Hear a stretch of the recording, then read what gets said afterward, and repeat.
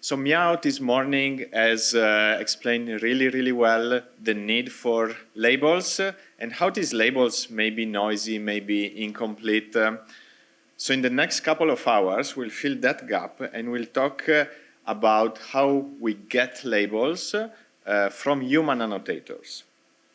So typically we get labels from humans, and these humans may be non-experts, like the ImageNet example this morning, or experts, domain experts, like medical experts annotating medical images, or a combination of both. So this tutorial will be about accessing non-expert human annotators at scale on demand. This comes with quality issues. Meow has talked about how to deal with that in the model training step. And in this tutorial, you will also see how to deal with quality issues at the label collection step. So how we can get the best possible labels when we annotate data, and then we are going to use these labels to train machine learning models. So again, in the next couple of hours, Lei, who has done a PhD on this topic, so who better than him to talk about this, and two students from our group who are currently or finishing a PhD on the topic, Xiao Yang and Jay Chen, will show you how to get labels. So really in the next couple of hours, I believe we will see labels, noisy labels coming in from the crowd live as we speak. And you have the opportunity to do it yourself with your own device. And in 2 hours, you will learn how to do it. So when you get back to your lab, you will be able to get labels for your experiments, for your model training, and make sure that the labels you are using are of the highest possible quality before you start training the model. All right, Lei, next. So in this part, I will talk about some concepts. I will first introduce some concepts in the human computation and crowdsourcing. Then I will invite two of our group members to give you some examples of what we have done in the past years, what we can do with the crowdsourced data and in the real-world practice. And then Sean will talk about how to build good relationships with workers and as a requester. For example, if we collect bad data, what should we do? Should we reject or do something else? So this is the first part. The second part would be some practical sessions. I will show you step by step how to collect some data and what the data collection platform looks like and what the collected data looks like, and try to do some analysis with that. Before I start, first I would like to show you some examples why we need human input. Probably this morning, Miao has talked about the labels, but something is more than labels. So here. So we know advances in machine learning or artificial intelligence, we have seen a lot of success, but for this kind of picture, sometimes machine cannot distinguish chicken from dog. So you may think that, oh, because it looks very similar, even for our human, it looks similar. But right, so even we are not better than the machine, so machine is good. Now I'll show you another example. Here, why we need human. Several years ago, I saw there is a software installed on iPhone that is called Siri, and one of the functionality is name a song. You can ask Siri what the song is. Then I tried this software. I think it's good, and I also think it should be based on the state-of-the-art algorithm powered by that. Then I have a test last weekend. I think that is the state-of-the-art algorithm. So what I did is that I play a piece of music on the piano. Then I ask Siri what it is. Here is what I get. What is the song?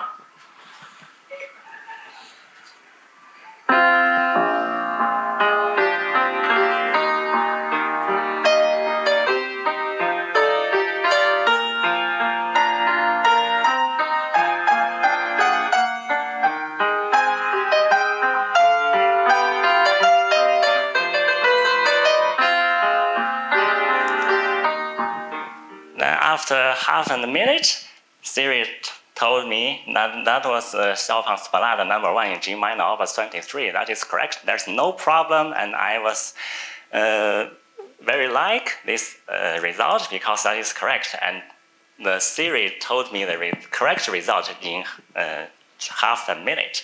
Then what I did is that, you know, when I play the piano, I need to use 2 hands, left and right. Then I keep the left hand. I remove the right hand and replace my right hand by a violin.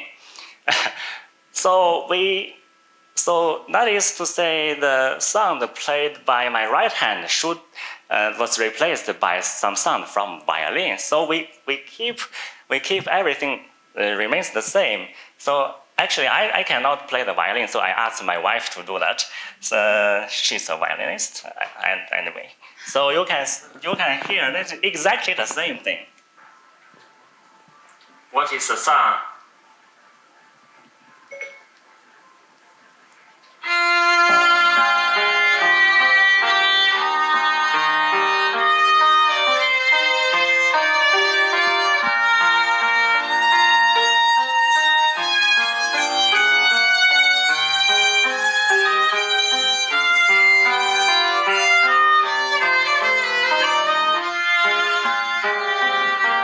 The same passage, then I get this.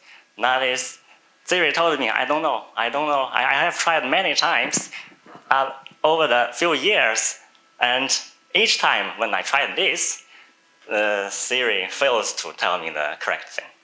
So that means that we played exactly the same thing, the same melody, same harmony, and same beat with timing, but Siri doesn't know that. Then I realized the problem. If I heard some great music from an orchestral performance, for example, then when I went home, what was that? I tried to play it on the piano. It doesn't work because Siri doesn't know that. Then I realized the problem is useless for me. So I see the difference between human and machine. This is what the machine understands different things. That is based on some features. This is some features I cannot understand. But we understand the different things by concept. What is concept? Here is the concept. When I hear any music, what's into my mind is the musical score. Actually, this is the passage I have just played from this monomersal, this passage. So it's not difficult. Even for my 6-year-old son can read musical score without any difficulties. So I don't think you have difficulties after several weeks training. So in this task, my son can recognize that because last week he asked me, why this time you play this by a violin, not a piano? The same pieces. My son can recognize that, but Siri cannot. Algorithm cannot. So that means that there is a big difference between human and machine. And we see for some solutions are based on, based on some supervised learning algorithms, and this needs some training data. Training data is a closed word, another closed word assumption. So if we have something that is not reflected in the training data, the algorithm doesn't know that. For example, here we have a lot of things in the training data, but we don't know we missed the airplane. Then we use this model. The model tells us this airplane is a bird. And what is the mistake made with the high confidence means that the machine doesn't realize that such mistakes has been made. So this is a problem. Machines said, I'm confident, trust me, but actually it's wrong. So that, in this case, we need some input from human to identify different things. We need the human to guide the machine to go to the right direction. So that's why we need some input from human. So this input can be our training data, can also be some evaluation and evaluation for our algorithms, and then we can use the evaluation results to fine-tune the model. So here, the human in the loop machine learning. Oh, I should I should put the book name here. Actually, the book name is the title, Human in the Loop Machine Learning, just written this year, published this year. So we can see some key step here, selecting the right data here, selecting some data, then we get some annotations, not only the labels, maybe also some descriptions, text, whatever, from human. And then we use this data to train our algorithms. Then we use the trained algorithms to serve back to the machine learning model. Then we can select more items from the unknown world.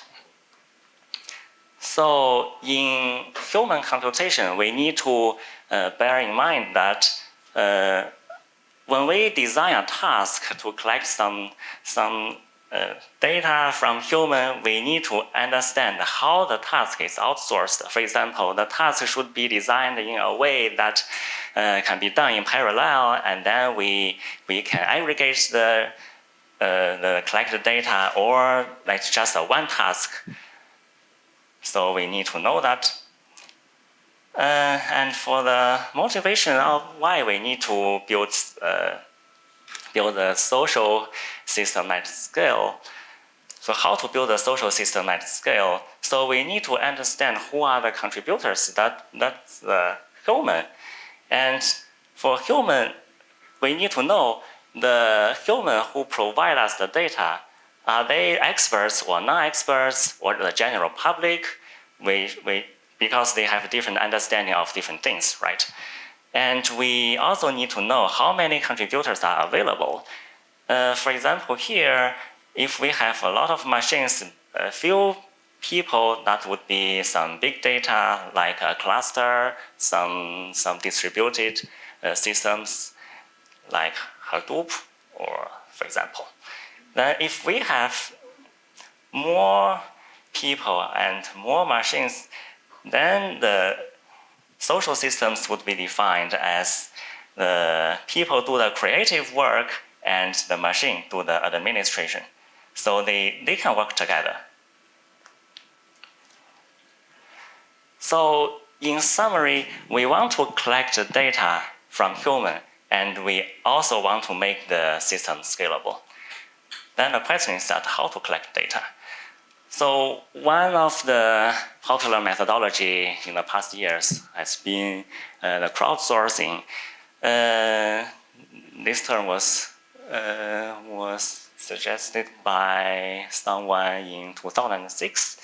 And this is a computational model coordinating the crowd to do microtasks in order to solve some computer hard problems. So because they are provided by human, we need to understand what is the incentive for the human to make the contribution. Sometimes they are intrinsic motivated, sometimes they are extrinsically motivated. So all these things can affect the quality of the data we have collected. So let me give you an example of the crowdsourcing. So one of the e-commerce websites is eBay, that is the platform. And on this platform, the system asks the sellers to provide a tag for their products using this task. So for example, for this item, it's a phone. So this is a tag for this product. Then by this way, the system knows that this item is a phone. It's a label assigned to this item. Then by this way, they can collect the data. And also for other examples, there are some collaborative knowledge, like Wikipedia. There are articles giving some information on many subjects created and edited by volunteers all around the world. We can see here more than 6 million articles. And this data is the latest. I just downloaded this yesterday. And for other projects like citizen science, so this is previously known as the community science. They are non-professional scientists. They are also volunteers, but they are desire to help. So they have some intrinsic motivation. And research shows that these non-professional scientists are also able to provide professional contributions to science projects. So all these are examples. And also we have some question and answer systems like Stack Overflow. Every user is answering some questions, and this can make a great pool of the knowledge that we have. This is also the crowdsourcing because it's contributed by different people. So another example, this one. Is there anyone who have not seen this before? Any of this? So everyone have seen at least one of this, right? So this is the recapture project. It's also the collective intelligence. Originally, this is the human-assisted optical character recognition. They use this to correct some newspapers, like the newspapers published in old times. Now they want to digitalize it. By this way, everyone can contribute, right? And also for this, for assign some selection of the pictures with some labels, and by this way, they are collecting tags for each of these images. For example, at the beginning, they don't know what image is a taxi, but you help them select what a taxi is, right? So you also contribute to their algorithms. But the problem is that all this work is free, is unpaid work. You have contributed your data into their system, but they don't pay for you, right? This is the problem. So last month, I applied for a new project at UQ, and the ethics committee, the name is UQ Human Research Ethics Committee, insistently asked me a question: how much would you pay for your data contributors? They asked me many times. So this is a very important question, because we collect data from human. We should also pay for them, right? There's nothing free of charge in the world. So let's come to paid crowdsourcing. So on paid crowdsourcing platform, requesters publish a crowdsourcing request that is called a batch, composed of multiple tasks. So this is the cycle of the paid crowdsourcing. So we can see the requester want to collect some data, they design a task, and a number of workers work on that task to contribute some data to the requesters. Then the requesters pay for the workers. This is the cycle. And also the platform will take some service charge, like 20 to 40% of the reward. So there are some focused aspects in this cycle. From a worker perspective, because the platform will protect the information of the workers, so they work anonymously. Because they work anonymously, sometimes they may be in low quality. And also they have some strategies to get the money. I don't give you the data, I just want to get the money. Some workers do like this. And for the task, because it's called HIT, that is human intelligence task. This task should be very simple and micro task, and it's well structured.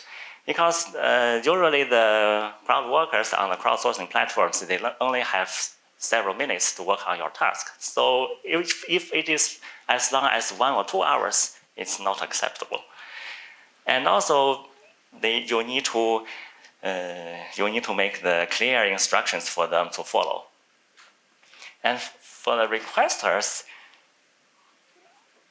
as the requesters to run a task, they need to understand what is the data quality that being collected from the workers, and what is the cost-effective data collection, and how much data I need. So this micro task, here is an example of micro task. It's really small. I present you something, then I ask you some specific question, 1, 2, 3, that's it. So here, it can be extract some information from the image, whatever the image is, and or judge the image if it is clear or not. Right, it is a different kind of task. So for some popular task here, we can see some popular task like sentiment analysis. We provide positive, negative labels or annotations. This can help us to understand the text conversation. And for relevance judgment, that is a traditional way to evaluate information retrieval systems. And by judging if the document is relevant to a query, then they can use the collected labels to evaluate their search engine. And content moderation can be used to keep the best, lose the worst. And for survey, right, we can collect some data and also use that data for your business and enrich your business decisions. And for transcription, like I just transcribed some music into some text or musical score, and data categorization to organize data. So all this can be published on crowdsourcing platforms, and we can design a task follow this typical popular task types. Well, so far I talked about some motivation of the human computation and crowdsourcing, and gave you some examples of crowdsourcing systems and human intelligence tasks. Then I'm going to talk about the dimensions of human computations, and followed by some human factors. Right, we see in this cycle, a worker provide data through tasks to requesters, and workers are human, and we have tasks. As the requester, we get the collected data. So I will talk about some focused aspects related to these 3 parts: human factors. When you collect data, that when you design a task, you need to understand, bear in mind that human factors may affect the quality of your data. And the task design and some quality control techniques. After that, I will invite our group members. Jay will talk about our relevance judgment. And I'll miss information. Okay.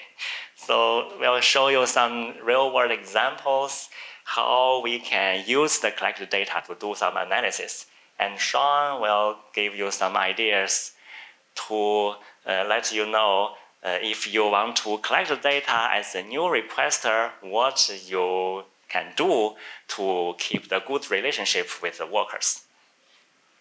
Then I will come back.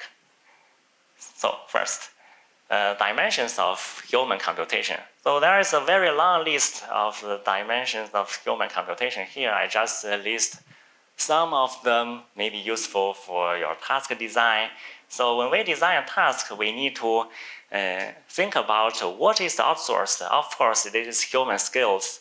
We need to we need human inputs. Then we design a task. So this task requires human skills, and it's difficult for machine to complete, such as visual recognition, language understanding, knowledge acquisition, or something. Then you need to think about who is the crowd, who will give you the data. For example, are they experts with domain-specific knowledge, or are they just the general public? Sorry? But sometimes we run, right, we have some qualification test to make sure the worker should bear these skills, then they can do our tasks. I will talk about this later. Right, if you have any questions, you can stop me at any time. I know it's very long. If I finish everything, then you ask me a question and I need to go back. Right, you can just stop me at any time. And we also need to think about how the task is outsourced. Tasks should be broken down into the small pieces and undertaken in parallel by different people. And sometimes they need some coordination between different workers. For example, in the first step, we require some workers to work on some tasks. In the second step, we ask another group of workers to validate that data, right? These are some examples. And you also need to know how the results are validated. So I will show you some examples later. The results, what the results look like, sometimes it's very terrible. And also you need to consider how can the process be optimized. For example, assigning the task to potentially good workers, right? So this is just some concepts. I will give you some examples later. So let's talk about the human factors. So we know these tasks are done by human, and we see different humans have different level of skills, and they have different expectation of the wage, and they also have different statistics, history, working on the crowdsourcing platforms, and right. This taxonomy is just an example. There are many ways to categorize the human factors. But what we see is that there are two subcategories here, maybe more interesting. That is skills and bias. So when you design a task, you need to understand whether the crowd can complete this or not. If you ask them to write some code like the regular expression, and you ask the general public to do that, it's not possible, right? It requires domain-specific skills and knowledge. They don't have that. And also you need to know some bias. For example, I'm very strict. When I give score, I always give very low score. So for example, from 1 to 10, 5 is very high. I never give 6 to 10. That is bias, a kind of bias. So we need to bear in mind these such things can affect the quality of the data that we have collected. So we have a study on human factors through this paper, exploring data literacy levels in the crowd, the case study of COVID-19. So we study the data literacy skills, that is the skills that crowd workers have. So we study the ability of people to read and understand data if they are able to make accurate interpretations. So we conduct our experiment by using some popular pandemic data visualizations which are designed for general public consumption. So all of this, I think, almost all of you have seen some of this before, right? These are very popular data visualizations on the internet. And we present them with popular plots and graphs and ask the human to answer some questions. Then we test if they can understand or not.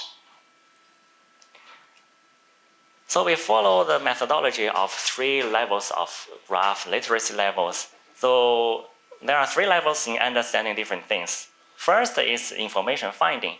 So if they can extract some information from the graph, that is level 1. Level 2, they need to be able to make some comparison between different data points, like get some relationships between the extracted information. That's level 2. Level 3 is making some inference to do some prediction.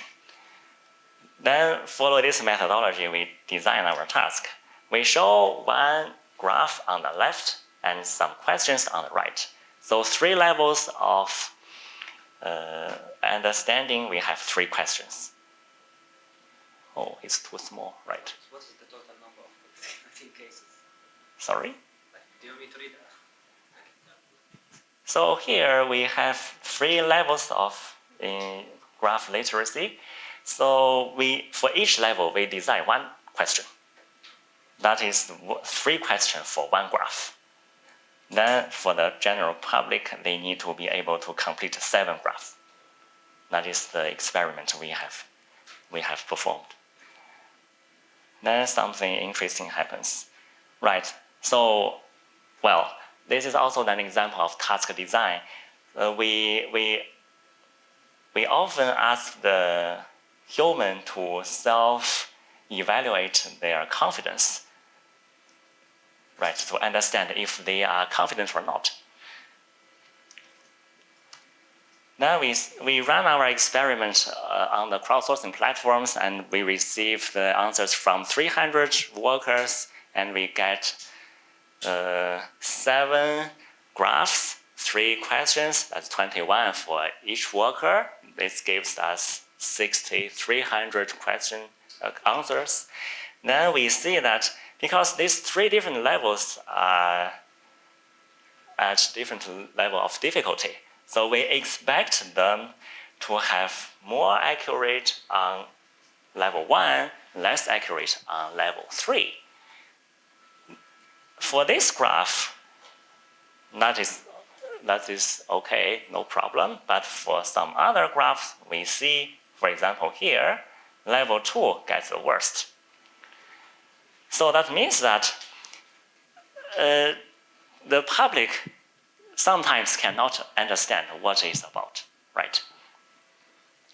And by some other analysis, we find that graphs with too much information may increase the complexity of the visualization and a higher cognitive load. So when we design a task, we should bear this in mind. If your task is too complex, no one can understand, right? And also we find that we check the correct and wrong answers over high and low confidence groups. Remember that what we have here, we have 5 levels of confidence. So we map the 1 and 2 into low confidence groups, and 4 and 5 to high confidence groups. And we find that this number gave us more than half of the workers who gave the high confidence scores are actually wrong. That means that they are confident, but they are wrong. So they don't know they have made some mistakes, right? So sometimes when you design a task, worker will understand that. Sometimes they don't understand, but they don't know that. Then they provide you some data. This data is useless because they don't understand. It doesn't make sense, right? So this shows that more than half of the workers cannot understand, but they actually don't know that. So wrong conclusion or missing interpretation without awareness, they are not aware of that. So answer questions based on their own experience. We also have the free text area. Ask them to write something there. Then we find that sometimes they answer the questions based on their own understandings, not based on what they have presented in the task. Right. So all this can affect the data quality that you have collected. Then let me show you some task design. So there are some popular task design. For example, the left one is just to provide the labels. It's a watermelon, or this screen, or what's the brand of this phone, Apple, Samsung, or Sony, or something. And we can also design tasks in a way that we make the comparisons. this will give you, this will give the workers some context. They can make the comparison between the two items, not based on their own understanding, right? So this is an example of bad task design. So we can see there are many things that the worker has to read, then read 1, 2, 3, 4 to 10. After reading this, they may get lost or forget what have to do, right? And also here, if you can see that clearly, that is the criterion for rejection. That means that if the worker has spent 20 minutes on that and get their work rejected, they will get angry, right? I spent a lot of time, why my work has been rejected without pay? That is something we need to avoid. And we can see the task instruction is not very clear. So when we design a task, we have to bear in mind some questions. First, what type of data do we expect? So in this task, we don't know because they just ask the workers to write anything from 0 to 2,000 characters. So they can write whatever they want. So the requester doesn't know what type of data they are expecting. And we design tasks, we also need to know if the workers are required to get some task-specific skills to complete this task, right? And here is a good example. So this good example, the task instructions is very clear. Ask the workers to evaluate the relevance of this document to this query. This query is this one. And raise the document, and the answer is clear, yes, no answer, right? It's binary labels. So all the information is available and clear question of what to do. This is a good example of the task.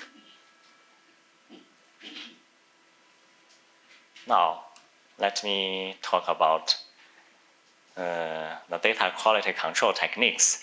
Right, I just searched Google Scholar yesterday for crowdsourcing quality. So today is September 13th, this is yesterday. And this is the number I get. So we can see the number of papers talk about data quality in crowdsourcing have never decreased, it's always increasing. So this is a hot topic. So let's think about this question, quality control. Why do we need quality control? Any ideas from the audience? Why do we need quality control?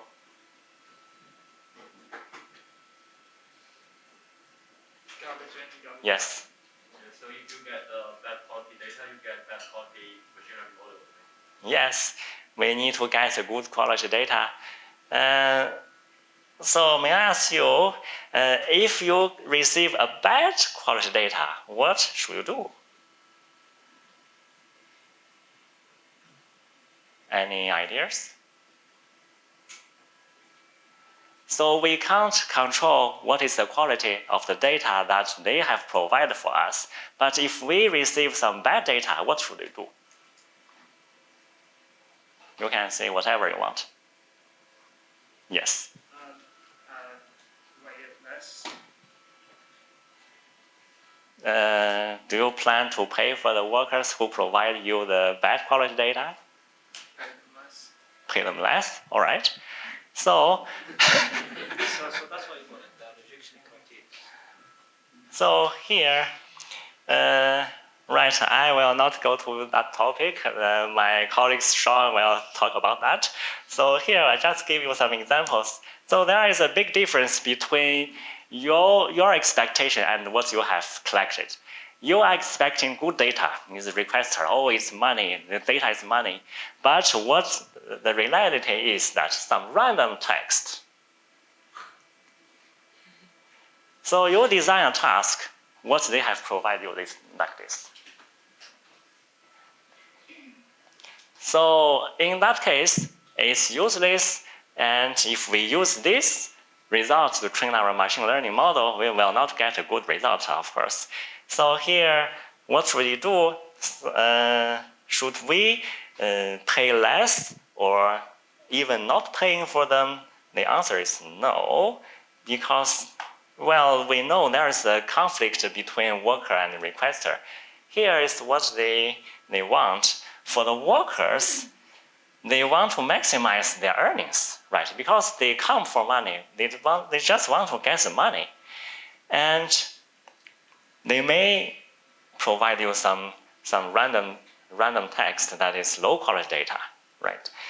And for the requesters, they want to get the high quality data. So the data quality should be high, and the requesters don't want to pay for the bad data, right? So there is a conflict between requesters and workers. But because workers are human, they have some strategies, working strategies. They can use scripts and browser extensions in their task.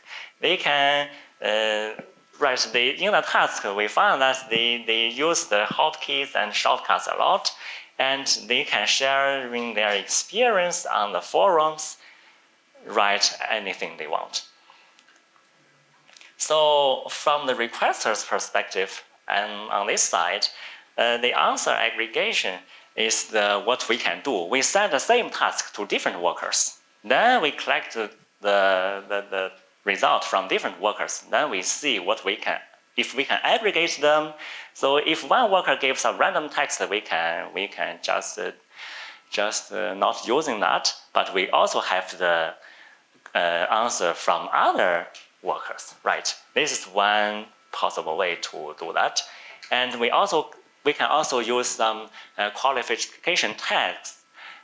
Before the task, we can ask them to answer some questions. If they can correctly answer that, we assume that they have this qualification. Or we use some gold standard. Gold standard, that's also called gold question. That is the question to which the answer has been known a priori. So we have the ground truth for these questions, and these questions looks very similar to the formal experiment. So we mix them together. When the workers do the task, they are not aware such questions are gold standard questions. So we can check if they work well on the gold standard. Then we assume that for the other questions, they can also work well. So there's some techniques that we can use, and also there are a long list here. I just not to mention that. I will mention that later. But do remember, do not reject the worker, because they can share whatever they want. They can share their experience on some forums, and if they write something not good for the requester's reputation, then your task will be discarded by the platform plugin, because they can set up a database. They can enter your requester ID into their database, and they can build a browser extension saying that this requester is very bad, don't do the task for them.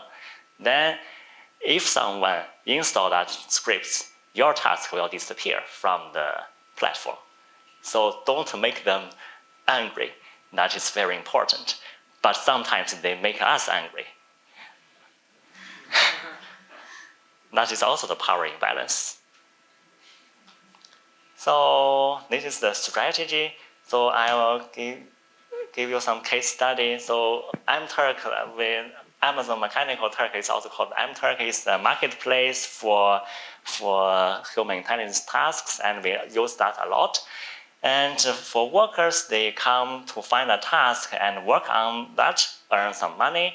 And for the requesters, they put money into their account and load the task and get the result. And Mechanical Turk also provide UI to design a task. They also have API to to publish a task. You can also design a task on your own server and make a link, put a link in the task, then they will link to your system. Okay, I will stop here. I will hand over to Jay and Sean to talk about these topics.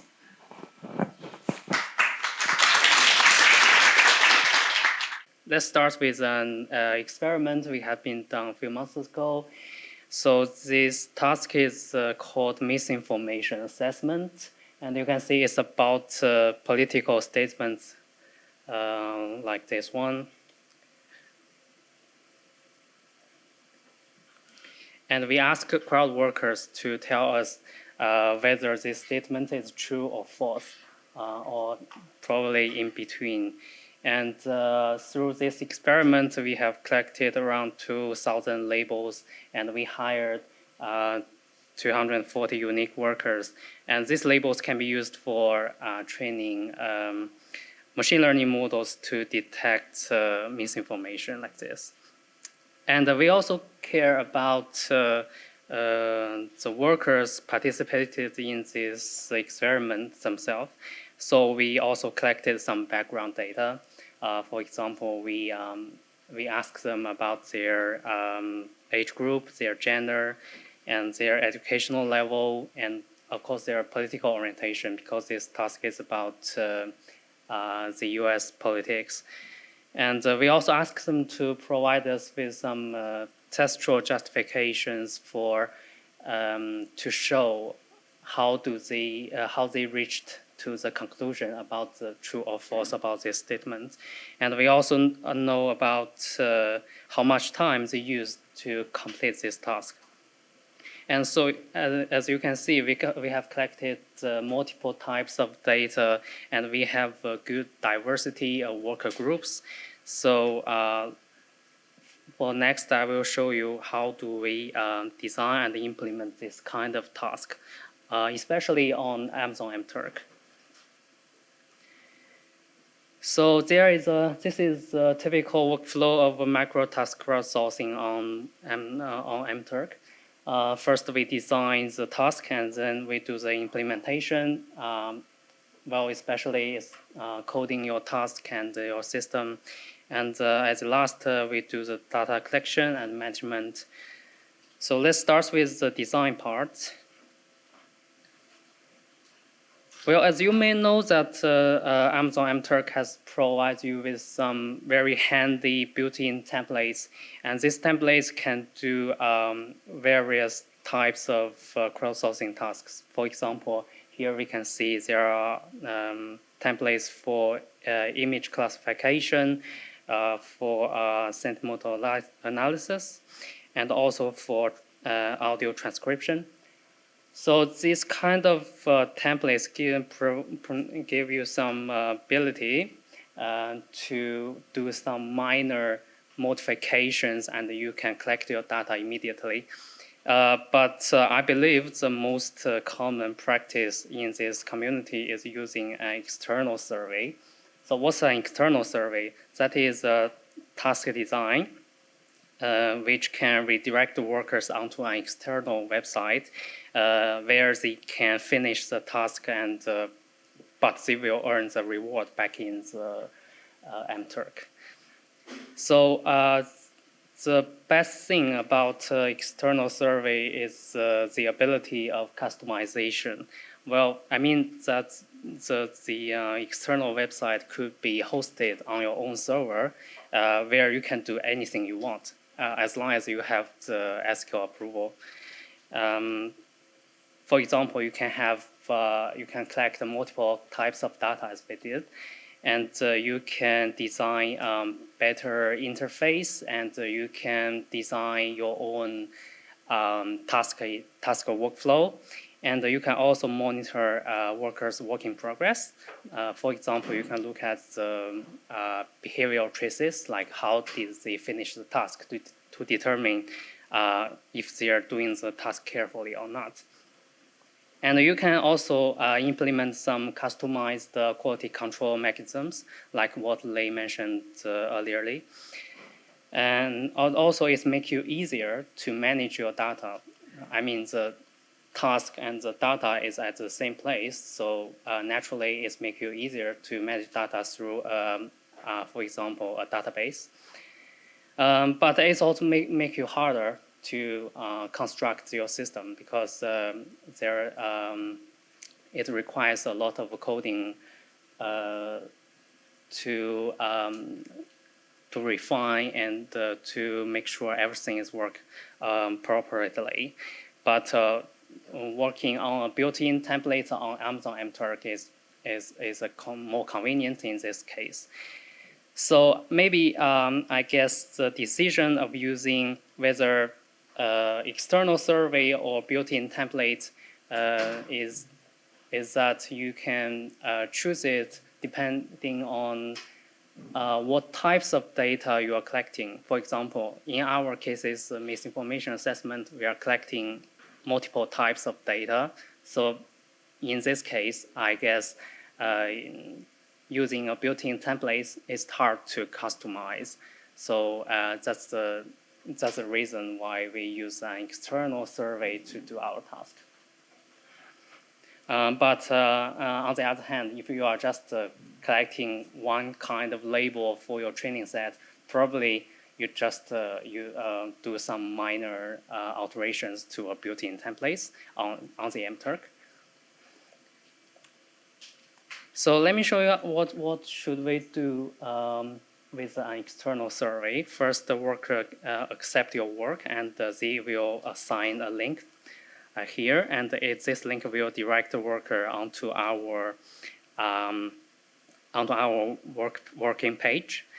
And here, work do their to make the judgment about these statements, and after they finished, they will get a code. And then they put this code back onto the MTurk, and the MTurk will do the validation phrase for the coding. And if the provided code is valid, we will send the reward to the worker. So let's move on to the implementation part.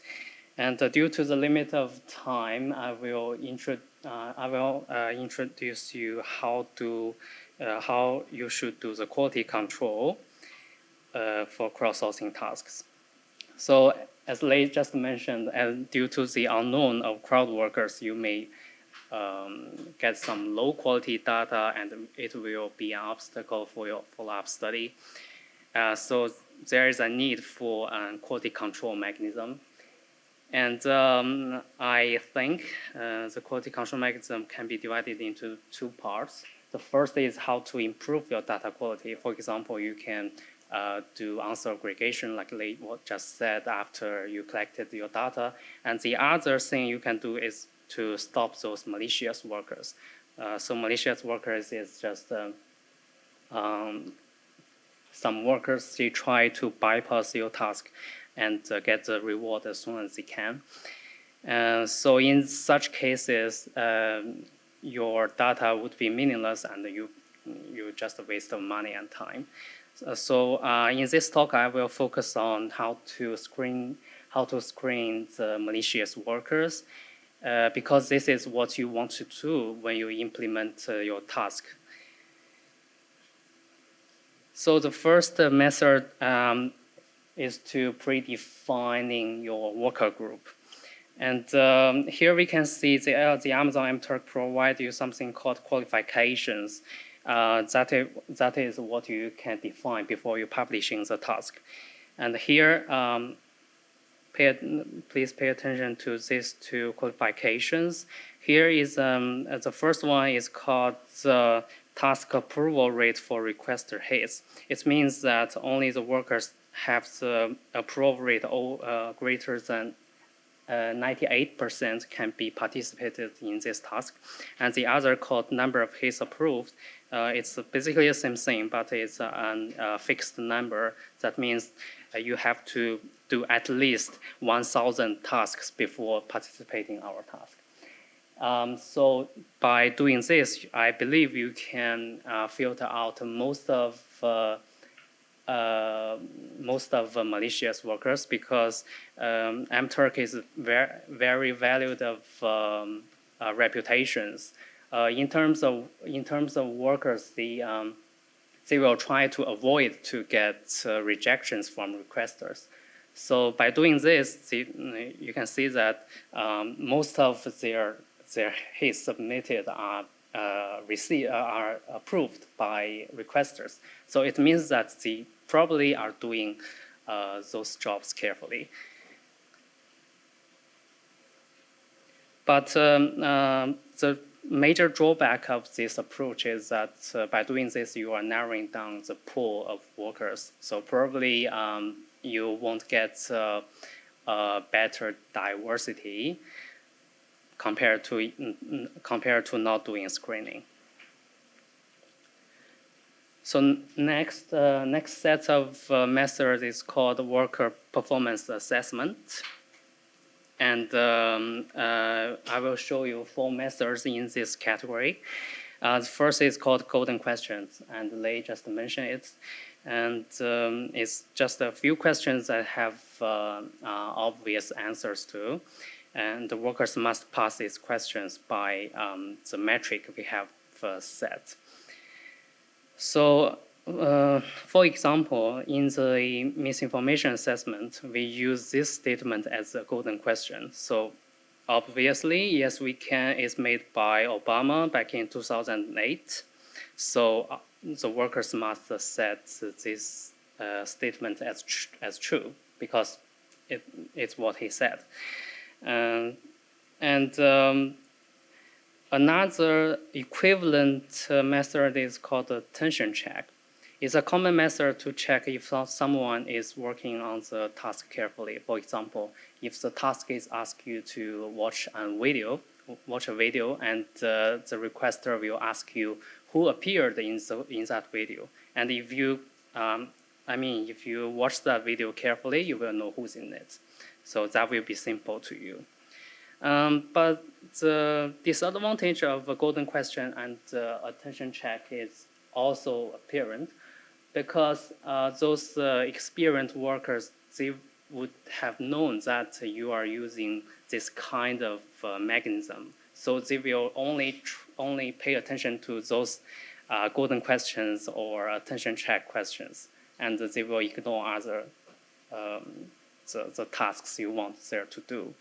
So even though they passed your quality control methods, your results quality is still bad.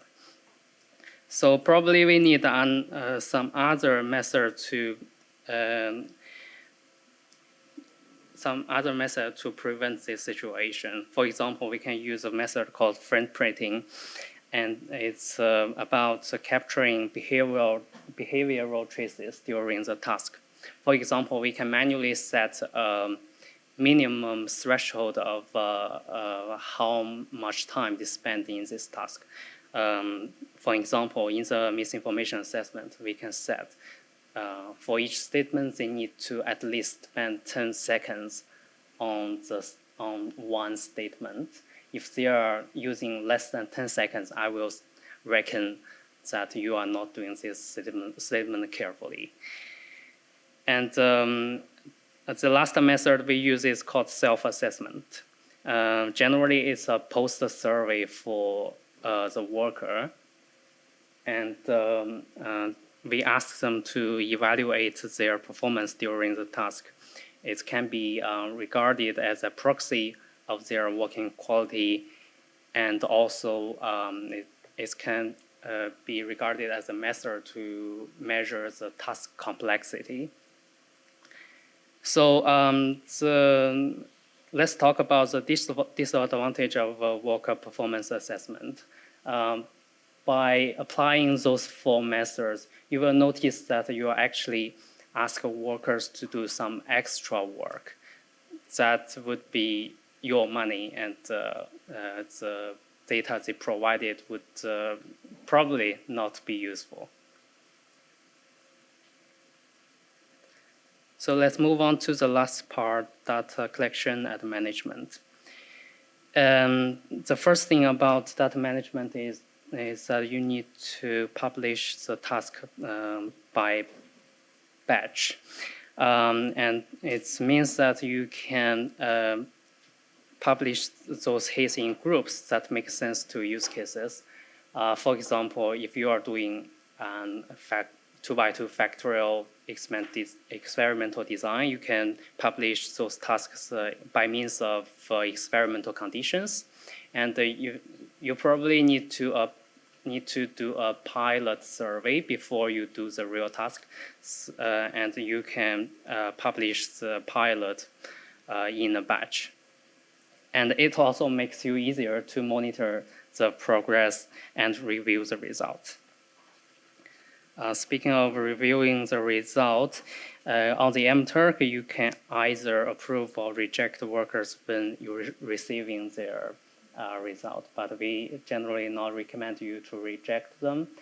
And also, MTurk provides you some useful APIs, so it makes it possible for you to manipulate those results automatically and remotely.